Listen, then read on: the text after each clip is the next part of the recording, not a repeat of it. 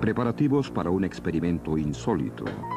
El voluntario ha tomado una droga, un alucinógeno que modificará su percepción, su sensibilidad, su conciencia, estado anómalo de la mente, fantasmagorías, alucinaciones.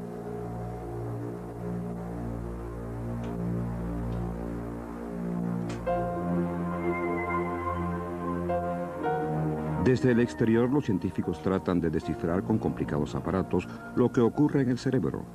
En la actualidad pueden adentrarse cada vez más profundamente en el interior del cerebro, incluso quieren medir los estados de ánimo normales y alterados. ¿Qué áreas se activan cuando se modifica la percepción? Los investigadores del cerebro tratan de penetrar en la mente humana con métodos cada vez más depurados.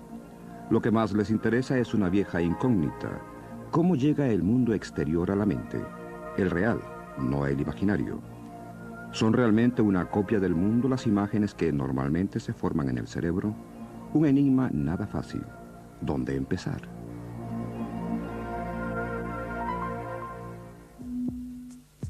Psicólogos de la percepción investigan aquí, en la Universidad de Bremen, cómo se capta y distingue el mundo exterior. En el fondo se presenta siempre igual y estable, ¿o no? Por ejemplo, este punto luminoso. Varios a la vez nos hacen creer en una cadena luminosa de rotación, que invierte el sentido en cualquier momento. Una ilusión óptica. En el exterior no se modifica nada. Es el cerebro el que crea el movimiento e invierte el sentido. En cada individuo, en un instante diferente. Los psicólogos lo constatan en estos zigzags, las curvas encefalográficas de los sujetos del experimento. En unos tarda más, en otros la imagen invierte el sentido más rápidamente. Las mentes humanas parecen ver el mundo de maneras diferentes.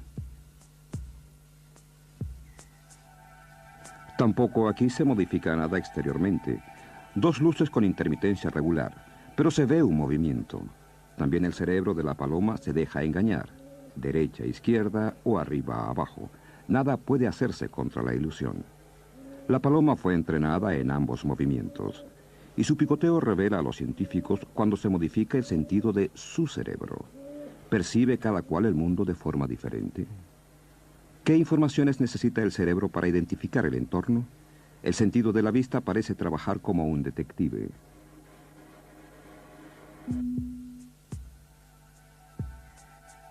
Nueve luces. El cerebro completa una imagen humana.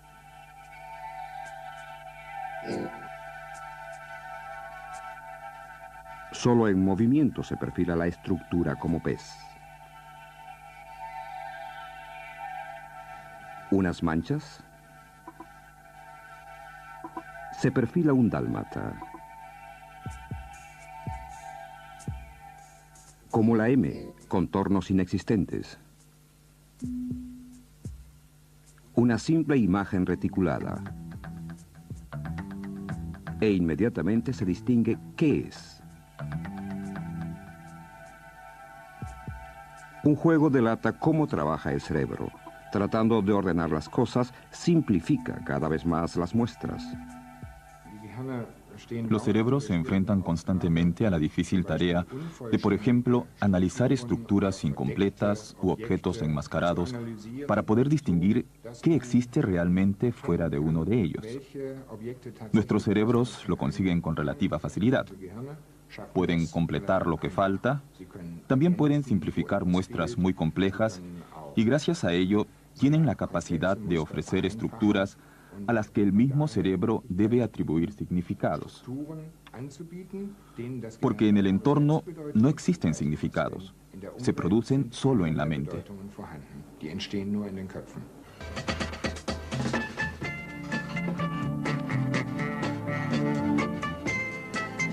Claro, siempre hay algo que ver, observar, descubrir. En definitiva, experimentamos un constante aluvión de nuevas impresiones y no solo ópticas.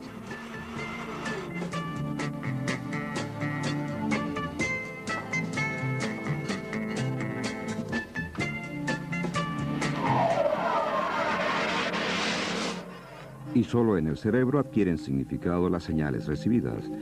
Pero ¿cuáles de los 100.000 millones de neuronas tiene que ver con esto? ¿Son todas realmente iguales?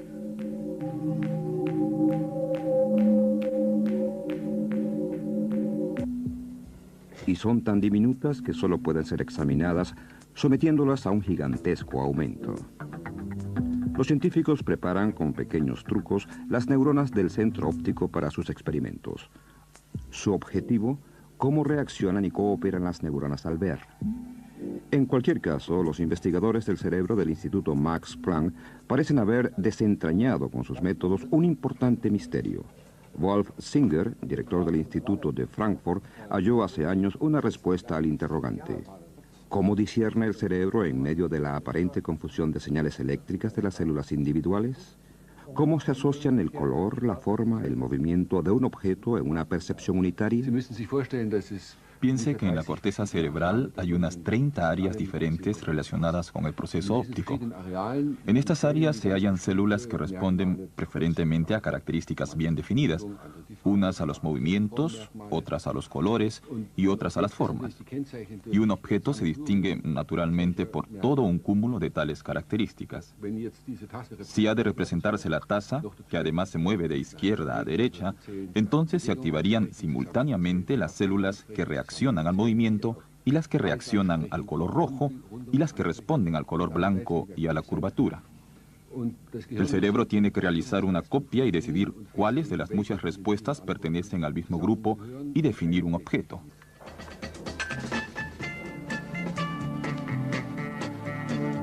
Una teoría muy interesante. Para percibir conscientemente en la confusión una simple taza, lo primero que ha de hacer el cerebro es descomponerla. En forma, superficie, color, contenido y movimiento.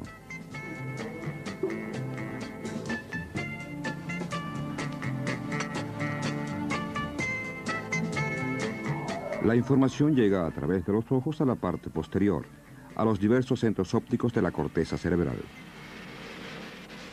En el lenguaje de las neuronas esto significa: las células individuales responsables de formas, superficies, colores, etc., emiten en un ritmo exactamente igual y durante un corto periodo de tiempo forman una unidad. Así podía verse todo el mundo. Para cada objeto individual, determinadas neuronas trabajan transitoriamente al mismo ritmo, a un ritmo especial. El sentido óptico es hasta ahora el más estudiado por los investigadores, aunque sigue siendo una fuente de incógnitas. En experimentos como este, los investigadores provocan una rivalidad. A la derecha, líneas horizontales. A la izquierda, verticales. Ambos hemisferios del cerebro compiten en la percepción. Cada pocos segundos se ve una u otra muestra, nunca ambas. No es posible influirle intencionadamente. Lo decide por sí solo el cerebro. Los investigadores tratan de captar la reacción de las neuronas con experimentos semejantes. La repetición de señales, el redoble de cadencias. A cada muestra reaccionan un determinado grupo de neuronas al mismo ritmo. Esto confirma su teoría sobre la vista, pero ¿qué ocurre con otros estímulos semejantes? Casi inimaginable. La vista de una mujer bella, el gusto de los labios, el contacto, el olor, el murmullo del agua. Independientemente de los estímulos, ¿son transformadas todas las señales en los mismos impulsos eléctricos? Es sabido que los diversos estímulos competen a distintas áreas del cerebro.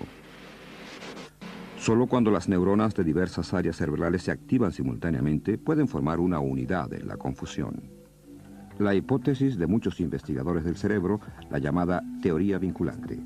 Reacción conjunta a corto plazo de diversas neuronas, simultáneamente como principio del orden. ¿Funciona así la percepción de los estímulos sensoriales? Quizá consigan descifrarlo alguna vez los citólogos.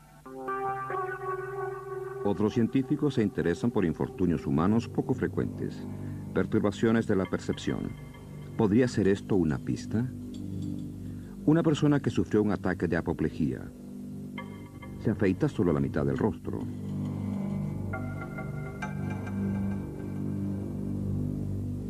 no ve su zapato izquierdo. Aunque está seguro de verlo todo conscientemente, ya no percibe la mitad izquierda del mundo.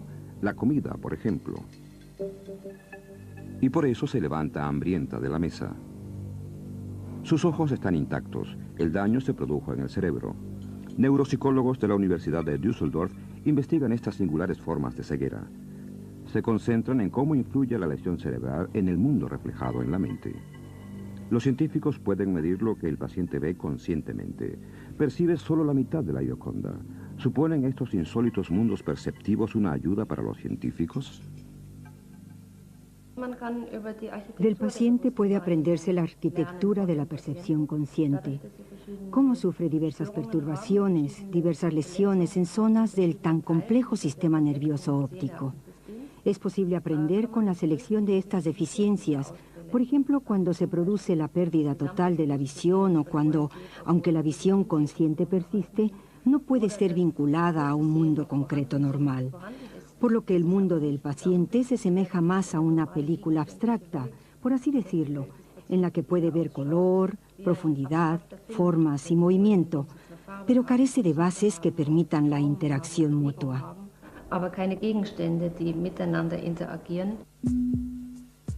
O sea que todo depende de la interacción de estas pequeñas neuronas.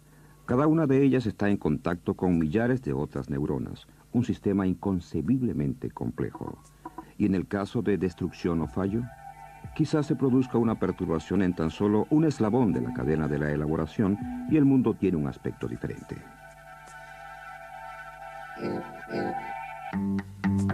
En otro lugar se produce lo contrario, no el fallo, sino una percepción extra, oír colores o saborear música.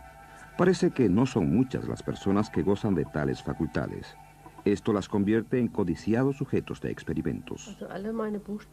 Todas mis letras y cifras tienen colores determinados, y no los veo con los ojos, sino que los asocio. Pero esto ocurre tan rápidamente. Nada más mirar una letra adquiere el color especial correspondiente. Esto me ocurre desde mi infancia, pero lo curioso del caso es que supe lo que significaba hasta los 30 años de edad. Anteriormente creía que le ocurría a todas las personas. ¿Qué ocurre en el cerebro en el caso de tan insólitas sensaciones? En los sinestéticos, como denominan los científicos a tales personas, es posible registrar efectivamente las impresiones sensoriales complementarias en el cerebro. En el caso de las sinestéticas, lo que ocurre es que recopila algo en un lugar del sistema del conocimiento que normalmente es un espacio vacío. Y esta forma de recopilación es de extraordinario interés para la investigación de la conciencia, porque con métodos neurobiológicos puede investigarse cómo se produce esta unidad complementaria. Un sinestético ve la música de Erik Satie. Hizo visible su percepción en el ordenador. Para otros, el sabor del vino es verde, o al comer un pollo, lo sienten aguzado. La dimensión complementaria parece molestar raramente, pero ¿cómo se produce? No es un hecho trivial el que las neuronas sepan exactamente qué tienen que hacer. No todo se hereda genéticamente, sino que es una forma de experimentar. Es decir, que estos procesos de selección se aprenden durante el desarrollo humano desde el lactante hasta la edad adulta. Y estos procesos de aprendizaje se modificaron en las sinestéticas un ápice, de tal forma que existen acoplamientos determinados que todos tenemos durante la lactancia. O sea, en cierto sentido, los lactantes son seres que tienen facultades sinestéticas, lo que normalmente se borró en el adulto, pero que conservan en cierto modo las sinestéticas.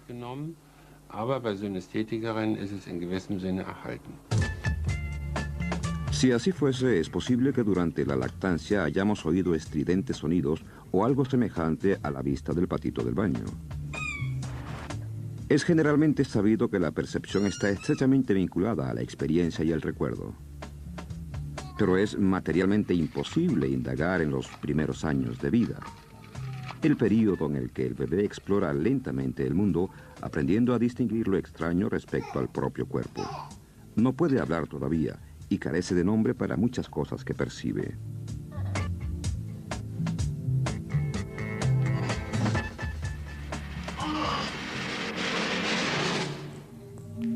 Entretanto, se sabe que en este periodo germinan numerosas neuronas y establecen innumerables contactos, más de los que se necesitarán posteriormente. Solo se conserva lo que se activa al aprender. 1/3 como mínimo de las conexiones se involucionan. Solo los contactos usados frecuentemente parecen quedar estables, es decir, se conservan. Juegos perceptivos. ¿Qué es eso? Una vez girado aparece el rostro. ¿Y por qué? Se está acostumbrado a que la luz llegue desde arriba.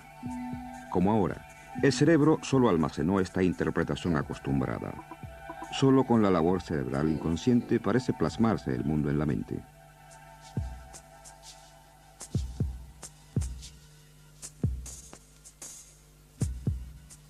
Aquí, por el contrario, no existe la menor duda. Un rostro abombado hacia afuera. También una interpretación, basada en la experiencia. Pero en la parte posterior ocurre algo singular. Pese a que el rostro solo está hundido hacia adentro, la cara hueca no es reconocible con facilidad. El cerebro no acepta imágenes ilógicas. ¿O a veces sí? Es algo que desean aclarar los investigadores con un experimento. Aquí tratan de engañar al cerebro con drogas. Los neurólogos de la Escuela Superior de Medicina de Hannover desean averiguar si y cómo actúa el cannabis sobre los sentidos, si modifica la percepción habitual. Una inyección con sustancia cannabácea. A continuación mostrarán a los voluntarios los denominados rostros huecos, las caras abombadas hacia adentro, un efecto que no se ve normalmente.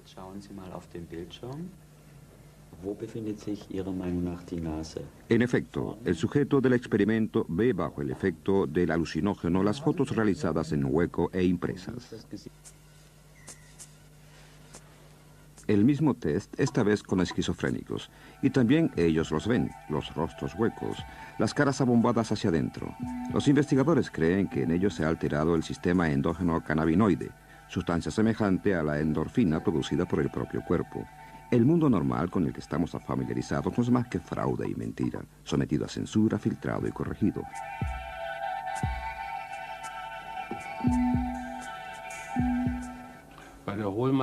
En la apreciación de las máscaras huecas ocurre que en el fondo se obtiene una percepción muy paradójica, que se aprecia algo que normalmente no puede producirse. En una situación sana y normal, esta percepción de la máscara hueca suele ser censurada, y en condiciones perceptivas psicóticas, o sea, bajo el efecto de drogas, se aprecia algo que, aunque existe realmente en el exterior, es tan insólito que normalmente no llega a la corriente del conocimiento consciente.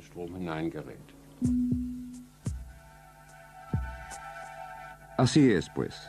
En el cerebro se decide lo que entra en la corriente del conocimiento y solo eso es lo que se cree percibir.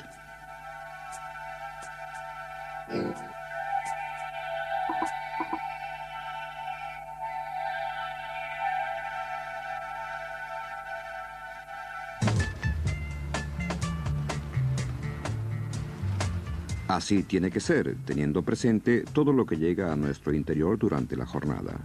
Es posible que enloqueciésemos si lo percibiésemos todo conscientemente. Parece que el cerebro analiza qué es importante y qué no.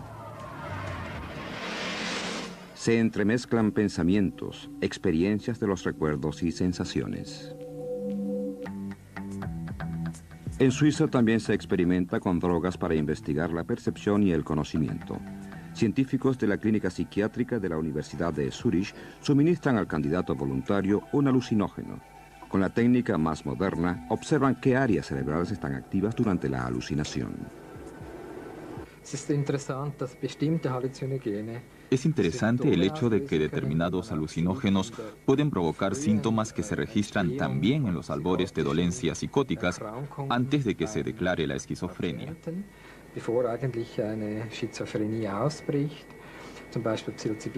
Por ejemplo, la psilocibina puede reforzar la percepción, con lo que subjetivamente uno se ve sobrecargado también con informaciones, atormentado por pensamientos, la percepción espacial es tergiversada, los ángulos ya no corresponden, el entorno fluye también muy fácilmente.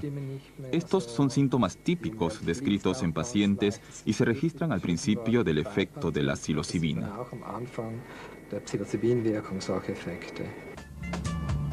El mundo que fluye hacia nosotros es muy singular, por eso tiene que ser filtrado. Y en la alucinación o la enfermedad puede presentar otro aspecto. O no existe un mundo exterior rígido, como aducen algunos teóricos. A finales del milenio, los investigadores del cerebro emplean métodos que hace unos años se consideraban casi imposibles. En la clínica universitaria de Zúrich se investigan también los efectos de las drogas modernas. Aquí no interesa la adicción ni la dependencia, sino qué efectos tiene el éxtasis sobre la percepción consciente.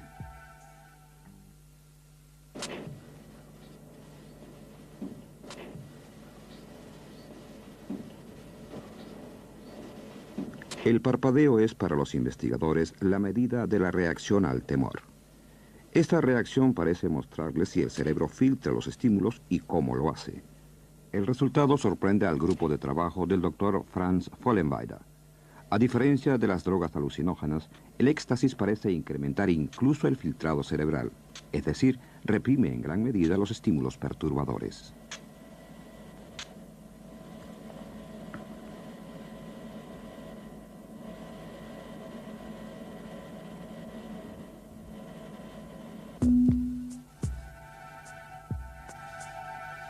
Modificar las percepciones. En el fondo son suficientes simples drogas cotidianas, como el café, las bebidas alcohólicas o la nicotina.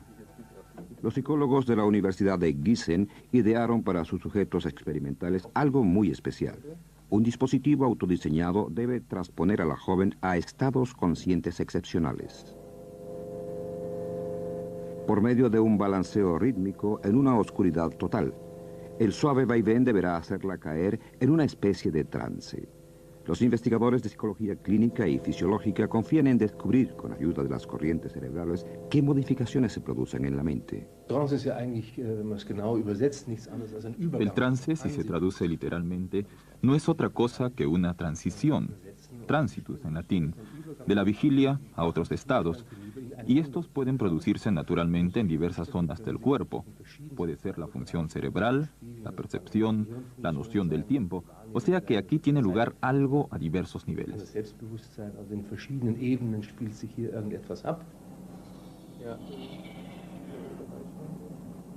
Se pierde la noción del tiempo, se modifica la percepción del propio cuerpo. Es algo de lo que el profesor Dieter Weitel es informado por los sujetos del experimento tras las pruebas. Los científicos asisten con enorme interés durante las mediciones a cómo se modifican las corrientes cerebrales. El balanceo pasivo basta para modificar la actividad cerebral. Mundos perceptivos modificados, otros estados de conciencia, ilusiones, alucinaciones, delirios. La cuestión sigue sin respuesta. ¿Cómo llega el mundo exterior a la mente? ¿El real y el irreal? ¿El normal y el ilusorio?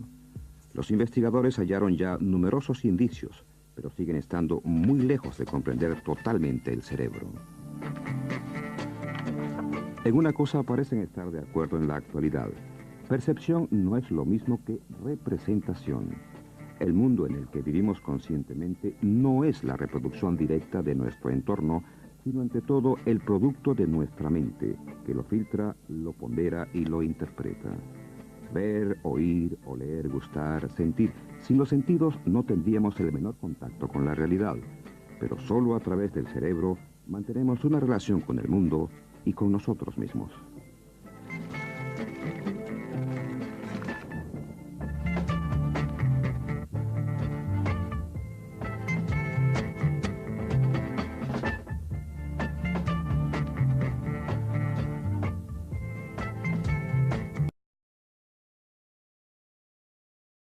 Invierte el sentido más rápidamente. Las mentes humanas parecen ver el mundo de maneras diferentes. Tampoco aquí se modifica nada exteriormente. Dos luces con intermitencia regular, pero se ve un movimiento. También el cerebro de la paloma se deja engañar, derecha, izquierda o arriba, abajo. Nada puede hacerse contra la ilusión. La paloma fue entrenada en ambos movimientos, y su picoteo revela a los científicos cuando se modifica el sentido de su cerebro. ¿Percibe cada cual el mundo de forma diferente? ¿Qué informaciones necesita el cerebro para identificar el entorno? El sentido de la vista parece trabajar como un detective.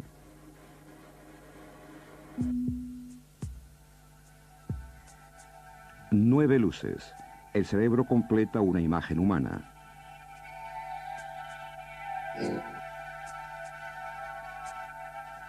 Solo en movimiento se perfila la estructura como pez. Unas manchas. Se perfila un dálmata. Como la M, contornos inexistentes. Una simple imagen reticulada. E inmediatamente se distingue qué es. Un juego delata cómo trabaja el cerebro. Tratando de ordenar las cosas, simplifica cada vez más las muestras. Los cerebros se enfrentan constantemente a la difícil tarea de, por ejemplo, analizar.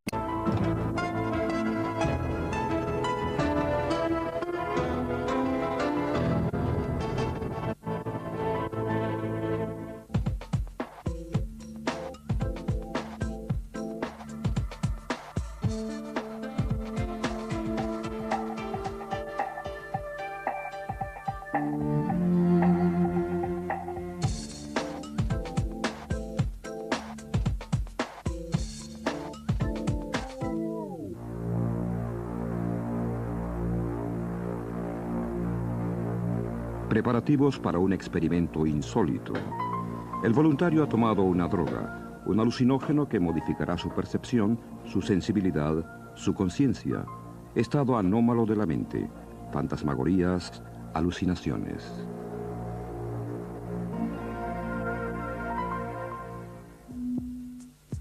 Psicólogos de la percepción investigan aquí, en la Universidad de Bremen, cómo se capta y distingue el mundo exterior. En el fondo se presenta siempre igual y estable, ¿o no? Por ejemplo, este punto luminoso. Varios a la vez nos hacen creer en una cadena luminosa de rotación, que invierte el sentido en cualquier momento. Una ilusión óptica. En el exterior no se modifica nada. Es el cerebro el que crea el movimiento e invierte el sentido. En cada individuo, en un instante diferente. Los psicólogos lo constatan en estos zigzags, las curvas encefalográficas de los sujetos del experimento. En unos tarda más, en otros la imagen...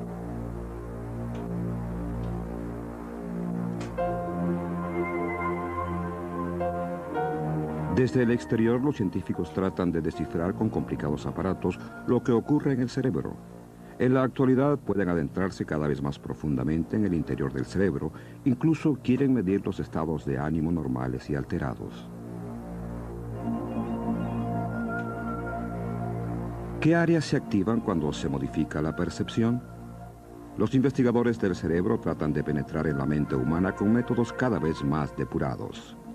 Lo que más les interesa es una vieja incógnita. ¿Cómo llega el mundo exterior a la mente? El real, no el imaginario. ¿Son realmente una copia del mundo las imágenes que normalmente se forman en el cerebro? Un enigma nada fácil. ¿Dónde empezar?